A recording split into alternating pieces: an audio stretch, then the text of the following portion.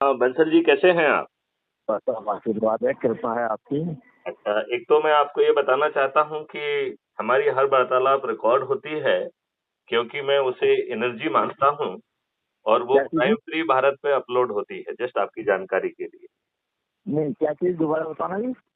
मैंने कहा जो हमसे बातचीत होती है वो हमेशा रिकॉर्ड होती है अच्छा अच्छा, ठीक और है। वो क्राइम फ्री भारत हमारी यूट्यूब चैनल पर अपलोड होती है, जिससे इस वार्तालाप की ऊर्जा जो है, वो हाँ जी, संरक्षित रहे और उसका लाभ आम जनता को मिल सके।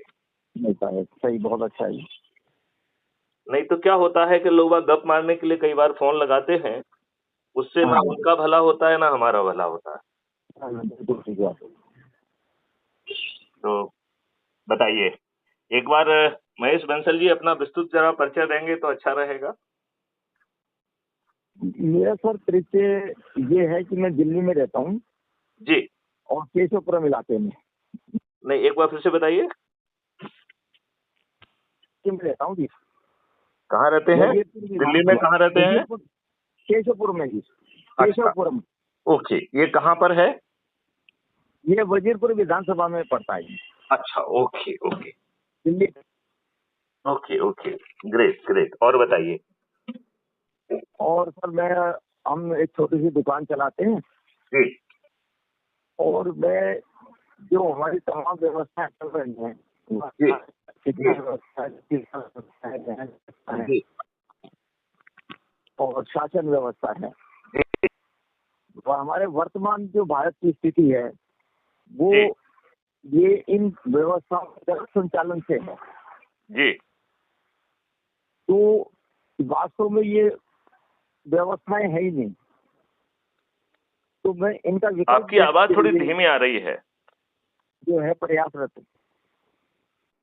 मैंने कहा आपकी आवाज़ थोड़ी धीमी आ रही है। आवाज अब आ रही है जी? नहीं धीमी आ रही है। अच्छा हाँ, अब आएगी। हाँ, अच्छा जी। अब इम्प्रूव हुई है। हाँ, तो मैं से इन व्यवस्थाओं का जितनी भी है, न्याय व्यवस्था, शिक्षा व्यवस्था, शासन व्यवस्था और स्वास्थ्य व्यवस्था, हम्म। इनको मैं समाजी स्तर पर इनका विकल्प ढूंढ रहा हूँ कि हम समाजी स्तर पर कैसे उपलब्ध करा सकते हैं। देखो, बहुत सारी चीजें हैं, वो हाँ प्रशासनिक व्यवस्थाएं ही उपलब्ध करा सकती हैं हाँ जी, और आप जो प्रयास करेंगे वो सीमित होगा और हाँ उनकी जी। रीच बहुत कम लोगों तक होगी। मतलब अच्छा अपने मोहल्ले वाले, एक शहर वाले, 2-4 शहर वाले कुछ को थोड़ा बहुत कुछ कर पाएंगे और उसके लिए आपको संसाधन नहीं मिलेंगे, तो आज की व्यवस्था में जो है यदि आप करेंगे, तो ये हाँ, करना बहुत मुश्किल जाएगा। ठीक है उसकी जी। जगह पे मैं एक बहुत सरल उपाय बता रहा हूँ जिसमें सांप भी मर जाए और लाठी भी न टूटे। हाँ जी सर, बताइए। हमने एक सत्यनारायण कथा इजाद की है, अच्छा जी। जो ये कह रही है कि जो आप चाह रहे हो, उससे हाँ जी। बहुत अधिक हासिल हो जाएगा। अच्छा मतलब जी। 21 महालक्ष्य हैं हाँ और जी। 5 मौलिक अधिकार हैं। तो जिनकी आप अच्छा। बातें कर रहे हैं, वो आम व्यक्ति को मौलिक अधिकार के बतौर मिल जाएगी और अच्छा उसके जी, लिए बहुत अच्छी व्यवस्था होगी। ठीक है जी। मतलब उसके लिए जो है आपको प्रयास नहीं करना होगा, बहुत अच्छा, संस्थागत प्रयास होंगे और उन ठीक है जी। संस्थागत प्रयासों में भारत सरकार का भी पैसा खर्च नहीं होगा। अच्छा जी। इन चीज़ों के निर्माण को और इन सब चीज़ों को जो संगठनों से लेके, बिल्डिंग से लेके, उपकरण से लेके, लोगों की ट्रेनिंग से लेके, लोगों को 5 मौलिक अधिकार जो है उपलब्ध कराए जाएँगे, जिसमें ठीक। रोजगार का मौलिक अधिकार, अच्छा जी। स्वास्थ्य का मौलिक अधिकार, मतलब स्वास्थ्य यहाँ मौलिक अधिकार हो गया है, जहाँ पर हाँ जी। एनुअल मेडिकल चेकअप होगा। अच्छा जहाँ जी। पर इंस्ट्रक्टर पहुँचेंगे, आपको प्राणायाम, योगा कराएँगे, जिसको जो रुचि है उसके हिसाब से कार्रवाई की जाए। वो करेगा, ठीक है जी। जहाँ पर जो है धार्मिक अनुष्ठान से लेके सब चीज़ें, जिससे आपकी मानसिक स्वास्थ्य भी इम्प्रूव हो सके, वो भी रहेगा। ठीक है जी। उसमें जो है आपका वात, पित्त, कफ भी लिया जाएगा, तो अकेला ब्लड प्रेशर और वो छोटी-मोटी चीज़ों की जो ब्लड प्रोफाइल्स होती है, किडनी प्रोफाइल होती है, उस तक अकेला सीमित नहीं रहेगा, बल्कि ठीक वात, पित्त, कफ को भी वो कैप्चर करेगा और हर जगह पे एक वॉलंटियर होगा, गांव में एक वॉलंटियर या मोहल्ले वाइज वॉलंटियर्स, राइट? वो जाएंगे और उन्हें जो है वो आपकी जो भी जांच मांच पड़ताल करना है उसको सुनिश्चित कराने की जिम्मेवारी उस वॉलंटियर की होगी। और ये उनको उन लोगों को भी मिलेगा जिनके खीसे में एक पैसा नहीं है और कोई भी चीज फ्री में नहीं। मतलब जब तक आपके खीसे में पैसा नहीं है, हमने हर भारतीय को एक ऐसा अकाउंट दे के रखा है जो कामधेनु गाय जैसा, जब आपको जरूरत है उससे आपको पैसा मिल जाएगा, राइट? तो हर भारतीय के 2 अकाउंट होंगे, एक अर्निंग अकाउंट और दूसरा कॉस्ट सेटलिंग अकाउंट। तो जब आपके अर्निंग अकाउंट में पैसा नहीं है और आपको कुछ भी भुगतान करना है, चाहे वो रोजगार से संबंधित हो, ट्रेनिंग से संबंधित हो, स्वास्थ्य से संबंधित हो, खान पीन से संबंधित हो, शिक्षा से संबंधित हो, प्रॉस्पेरिटी या हैप्पीनेस से संबंधित हो, आपको उस खाते से पैसा मिल जाएगा और जब आपके अर्निंग अकाउंट में आएगा तो वो पट जाएगा। अच्छा, आप अज्यूम करिए कि आपके अर्निंग अकाउंट में कुछ आ ही नहीं रहा है क्योंकि आपने उसके लिए समुचित प्रयास नहीं किए, तो सिस्टम आपके पास पहुंच जाएगा और कहेगा कि महेश बंसल जी, आप कुछ कष्ट में दिख रहे हैं, हम आपका कष्ट निवारण करना चाहते हैं, तो हम आपसे चर्चा करना चाहेंगे, आप हमें कब समय देंगे? अच्छा, तो वो आपसे पूछ के आपके समय पे आपके घर जाएगा और आपको समझेगा कि आप कमा क्यों नहीं पा रहे हो। अच्छा, तो आपकी सोच क्या है, चिंतन क्या है, शिक्षा क्या है, आपकी हुनर क्या है, और आपके कंसल्टेशन में वो तय करेगा कि आपकी आगे की यात्रा क्या हो सकती है। अच्छा, उस यात्रा के अनुसार वो आपको शिक्षा देगा, हुनर देगा, टूल्स देगा, इक्विपमेंट्स देगा। और जैसा मैंने पहले बताया है कि इस सिस्टम में कोई भी चीज फ्री में नहीं है और आपके खीसे में पैसा नहीं है, तो वो आपके कॉस्ट सेटलिंग अकाउंट पर लोड कर दी जाएगी और आपको समर्थ बनाया जाएगा कि जब आपके पास समृद्धि आ जाए तो उसे पे कर दो। मुफ्त में नहीं है, लेकिन ध्यान रखना। हाँ, नहीं, ठीक है, राइट? तो वो जो है आपको, जैसे अज्यूम करिए कि उसने एक ऐसा उपकरण में, आपने आपकी इच्छा से उसने ऐसे उपकरण में, ऐसे इक्विपमेंट में, ऐसी मशीनरी में आपको ट्रेन किया जो आपकी इच्छा थी। अब उस मशीन को चलाने के लिए 2 असिस्टेंट चाहिए, कुछ ये चाहिए, कुछ वो चाहिए, 4-5 लोग चाहिए मान लीजिए। तो सिस्टम आपको वो 4 अतिरिक्त लोग भी देगा जो उस मशीन को चलाने के लिए आवश्यक है, और आपकी टीम को हुनर देगा, आपको अभ्यास कराया जाएगा, उसमें एक्सेल कराया जाएगा और फिर आपको वो सर्टिफिकेट देगा और सर्टिफिकेट देके आपको कहीं जाके रोजगार नहीं मांगना है। बैकएंड टेक्नोलॉजी डिसाइड करेगी कि वो आपसे किस राष्ट्रीय संपदा का निर्माण कराना चाहता है। आप वहां पे पहुंचेंगे, राष्ट्रीय संपदा का निर्माण होगा, जितनी राष्ट्रीय संपदा का निर्माण होगा उतनी भारत विकास निधि ऑटो जनरेट हो जाएगी। अच्छा, राइट? और उसी से आपको भुगतान होगा। तो अब बताओ, आपको ये 5 मौलिक अधिकार देने के लिए भारत शासन के खजाने पे 1 पैसे का भी बोझ आएगा क्या? नहीं आएगा, बिल्कुल नहीं आएगा। और 21 फंडामेंटल राइट में ये आपको एक महापरिवर्तित भारत देगा। हमारे दुष्ट राजनेताओं ने तो आपके ऊपर कौन सी प्रशासनिक व्यवस्था थोपी हुई है? लॉर्डशिप वाली, जो अंग्रेजों ने बनाई थी। लॉर्डशिप वाली, बिल्कुल ठीक है। और जो उस प्रशासनिक व्यवस्था उन्हीं घटिया नियम कानून से बंधी हुई है जो लॉर्ड अंग्रेजों ने बनाए थे, बिल्कुल ठीक। आज कनिष्ठ जो है शासकीय सेवक दबा हुआ है, उसको मालूम है कि उसके ऊपर वाला गड़बड़ कर रहा है, उसका मुंह खोलने की हिम्मत नहीं है, क्योंकि उसे मालूम है कि मुंह खोलेगा तो सस्पेंड हो जाएगा, केस रजिस्टर हो जाएगा, उसको नौकरी से निकाल दिया जाएगा। ठीक बात है। अब आप ये बताइए, यदि उस कंडक्ट रूल को रिवाइज कर दिया जाए और उसमें कहा जाए कि आप राष्ट्रीय काम करेंगे, यदि आपके ऊपर वाला कुछ गड़बड़ कर रहा है तो आप उसी अधिकारी को एक रिप्रेजेंटेशन देंगे। कंडक्ट रूल में लिखा हुआ है कि हमने आपके जो है ना इस आदेश का विवेचन किया और मेरा ये मत है, तो इन तथ्यों के आधार पर क्या आप अपने आदेश को रिव्यू करना चाहेंगे? अब यदि मान लो आपने कहा कि नहीं, मैं साला बॉस हूं, तुम कौन होते हो, राइट? तो आप उसको अधिकार होगा वो निर्णय लेने का, राइट? हाँ जी। आपको एज ए कनिष्ठ जो है अब उस आदेश को पालन करना पड़ेगा रिव्यू के बाद, फिर आपके पास कोई इफ एंड बट नहीं है, राइट। और वो आदेश एक कमीशन के पास चला जाएगा, कमीशन एग्जामिन करेगी कि उस व्यक्ति ने सही निर्णय लिया है कि नहीं लिया है। ठीक है।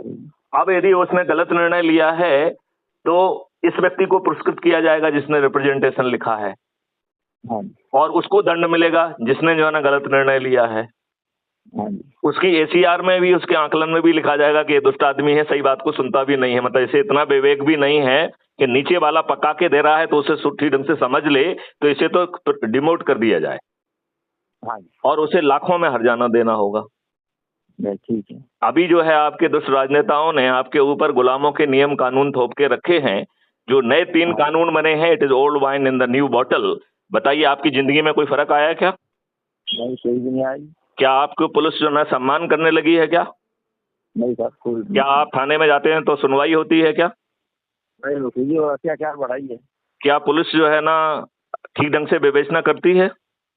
नहीं नहीं, बिल्कुल नहीं। क्या पुलिस जो है ना बाहुबलियों और राजनेताओं के कहने पर आपके विरुद्ध झूठा मुकदमा कायम नहीं कर रही है? बिल्कुल ठीक बात है। क्या ये बताइए, वो आपको जो है, एक व्यक्ति की थोड़ी बहुत गलती हो सकती है, वो 8-8, 10-10 लोगों को फंसा के आपके ऊपर अत्याचार करती है और आपके ऊपर दबाव बनाती है आपकी जमीन और आपकी संपत्ति पे कब्जा करने के लिए। कब्जा करने की, सही बात है। यही हो रहा है कि नहीं हो रहा है? बिल्कुल सही बात है। तो यदि नियम कानून बदल जाएंगे तो ये नियम कानून तो ये राजनेता बदलेंगे नहीं। अरे जिन दुष्टों ने आपको अच्छे राजनेता नहीं दिए, वो आपको अच्छा देश क्या देंगे, अच्छा कानून क्या देंगे, अच्छा प्रशासनिक व्यवस्था क्या देंगे? इन राजनेताओं ने जाति, धर्म, संप्रदाय और संकीर्ण राजनीति के तहत लोगों का चयन किया। हाँ जी। कहने को तो ये बहुत अच्छे शब्द का उपयोग करते हैं, विनेबिलिटी, लेकिन विनेबिलिटी का आकलन कैसे करते हैं? नंबर 1 वो दुष्ट होना चाहिए, नंबर 2 वो बाहुबली होना चाहिए, नंबर 3 वो धनबली होना चाहिए, नंबर 4 वो अपराधी होना चाहिए। अपराधी होना चाहिए, सही बात। तो ये विनेबिलिटी के फार्मूले के आधार पर दुष्ट लोगों को आपके ऊपर थोपते हैं, उनसे करोड़ों रुपए लेके उन्हें टिकट देते हैं और फिर उन्हें से कहते हैं कि तुम जो है ना गरीबों को दारू बांटो, साड़ी बांटो, पैसों बांटो, और जिन लोगों के आप वोट खरीदो, ये दुष्ट उन्हें रिप्रेजेंट नहीं करते हैं, ये पार्टी भिप से बंधे हुए अत्यंत ही मजबूर और घटिया लोग हैं। बिल्कुल सही बात। इस बात से आप कहां तक सहमत हैं? नहीं नहीं, बिल्कुल ठीक कह रहे हैं आप। तो जिन दुष्ट राजनेताओं ने आपको अच्छे राजनेता नहीं दिए, जिन्होंने आपकी प्रशासनिक व्यवस्था और कानून वही बना के रखे हैं जो अंग्रेजों ने भारतीय गुलामों के लिए बनाए थे, ये दुष्ट राजनेता आपको अच्छा भारत देंगे? सही बात है। नहीं देंगे या नहीं देंगे? नहीं दे सकते जी। तो ये एक ही परिस्थिति में आपको अच्छा भारत दे सकते हैं यदि महेश बंसल जी आप इनके ऊपर दबाव बना सकें। अच्छा जी। और वो दबाव बनाने के लिए सत्यनारायण कथा इजाद की गई है और सत्यनारायण ने कहा है कि हे दुष्ट राजनेताओं, तुम जो है ना चेत जाओ, समझ जाओ। यदि तुम चेत गए, समझ गए और छोटे से उपाय जो हम बता रहे हैं उसे यदि आप कर लेंगे तो 240 से 500 पार कर जाएंगे। अच्छा जी। अन्यथा समस्त राजनीतिक पार्टियों के समस्त राजनेताओं का मेरे श्राप से विनाश हो जाएगा। हाँ, वाह जी वाह। और वो जो है फिर आम आदमी को एक सत्यनारायण कथा सुनाता है, वो हमारे crime free Bharat YouTube channel पर अवेलेबल है, तो उसे आप विस्तार से सुनिए और उसका अनुपालन करिए। नहीं ठीक है। चलिए, तो जैसा मैं आपको आप कहाँ रहते हैं? मैं भोपाल में रहता हूँ, आईपीएस ऑफिसर हूँ और मैं डीजीपी हूँ। अच्छा। राइट। रिटायर्ड है? हाँ, सुपर एन्युटेड कहते हैं, सेवानिवृत्त कहते हैं, रिटायर्ड अच्छा वर्ड नहीं है। हाँ, सेवानिवृत्त। यस। तो अब महेश बंसल जी, आपको निर्णय लेना है कि आज की दुष्ट भरी व्यवस्था में महेश बंसल खुश हैं या महेश बंसल अपने बच्चों के लिए अच्छा भारत चाहते हैं। तो सत्यनारायण कथा कह रही है कि केवल आप संकल्प ले लो और हम 4 छोटे से उपाय बता रहे हैं, यदि आप उन्हें पूरा कर देंगे तो मेरे प्रताप से आपको 21 महालक्ष्यों सहित महापरिवर्तित भारत मिलेगा। इस जीवन में आप जो है ना समृद्धि और खुशहाली के साथ जीवन यापन करके अगले जीवन में आपको मोक्ष भी प्राप्त होगा। वाह जी वाह, क्या बात है। तो आप उसको सुनिए, समझिए। यदि आपको अच्छा लगता है तो फिर मुझसे दोबारा बात करिए। मेरी ठीक है। वार्तालाप सुन के जो है आप देशवासियों को कुछ संदेश देना चाहते हैं? हाँ जी, संदेश तो यही है कि हमको निरंतर प्रयास करते रहना चाहिए, जागरूक बनना चाहिए। देखिए, ना तो आपको जागरूक बनाया जा रहा है, हाँ जी, ना हाँ जी। आपका सोच बदला जा रहा है, ना हाँ आपका जी, चिंतन बदला जा रहा है, ना हाँ आपको जी, क्रियाकलाप बदलने के लिए कहा जा रहा है, ना आपसे ठीक है। जुलूस निकालने के लिए कहा जा रहा है, ना आपको हाँ धरना देने के लिए कहा जा रहा है, ना आपसे ठीक किसी है। हस्ताक्षर अभियान में सिग्नेचर करने के लिए कहा जा रहा है, ना हाँ जी, आपको कलेक्टर, एसपी, मंत्री, मुख्यमंत्री, प्रधानमंत्री को ज्ञापन देने के लिए कहा जा रहा है, ना हाँ कोर्ट जी, कचहरी में कोई पिटीशन लगाने के लिए कहा जा रहा है, हाँ ना जो है हाई कोर्ट, सुप्रीम कोर्ट में पीआईएल लगाने के लिए कहा जा रहा है, जैसे अश्विनी उपाध्याय जी हमेशा लगाते रहते हैं। ना हाँ जी, आपको रामलीला मैदान या जंतर मंतर में धरना देने के लिए कहा जा रहा है, ना हाँ जी। आपको रेल रोको या चक्का जाम करने के लिए कहा जा रहा है। कुछ कहा जा रहा है क्या? कुछ भी नहीं करना जी, नहीं, बिल्कुल ठीक है। तो क्या आप इतना छोटा सा संकल्प नहीं ले सकते कि हाँ हमें अच्छा भारत चाहिए? और यदि हाँ आप ये संकल्प नहीं ले सकते हैं, इसका मतलब है कि अभी आपको जो दंड मिल रहा है वर्तमान व्यवस्था में, उसकी पूर्ति अभी अभी आपको और सहना है। क्योंकि भगवान कह के गए हैं कि जाको प्रभु दारुण दुख देही, ताकि हाँ जी, उन्नति पहले हर ली। हाँ जी, ये बात आप मानते हैं कि नहीं? बिल्कुल सही बात है। तो इसके यदि ईश्वर मतलब आपको अभी और दंड देना चाहता है, आपको हाँ जी, और कष्ट देना चाहता है और दुख देना चाहता है, तो आपको मैथिली शरण गुप्त की अच्छी बातें समझ में नहीं आएंगी। नहीं, ये और बिल्कुल सही यदि बात यदि आप ईश्वरीय व्यवस्था के तहत दंड है। पा रहे अभी हैं, हाँ, यदि आप ईश्वरीय व्यवस्था के तहत दंड पा रहे हैं, हाँ जी, ईश्वरीय व्यवस्था के तहत कष्ट पा रहे हैं, तो हाँ मैथिली जी, शरण गुप्त आपको उस कष्ट से बाहर नहीं निकाल सकते। फिर सही बात है। फिर मैथिली शरण गुप्त को कुछ समय और इंतजार करना पड़ेगा। जब हाँ जी, आपका जो है पापों का घड़ा और दंड का प्रावधान पूरा हो जाएगा, तब आपको सदगति आ जाएगी, सदमति आ जाएगी। फिर आप जो है अपने बच्चों को तो और सर अपने आप को मैं हाँ? अभी करता हूँ, कस्टमर आगे मैं करता हूँ। नहीं नहीं, बस हो गया, बातचीत खत्म हो गई है। जय हिंद, जय हाँ, भारत, वंदे मातरम, जय जय भारत। गुरुदेव।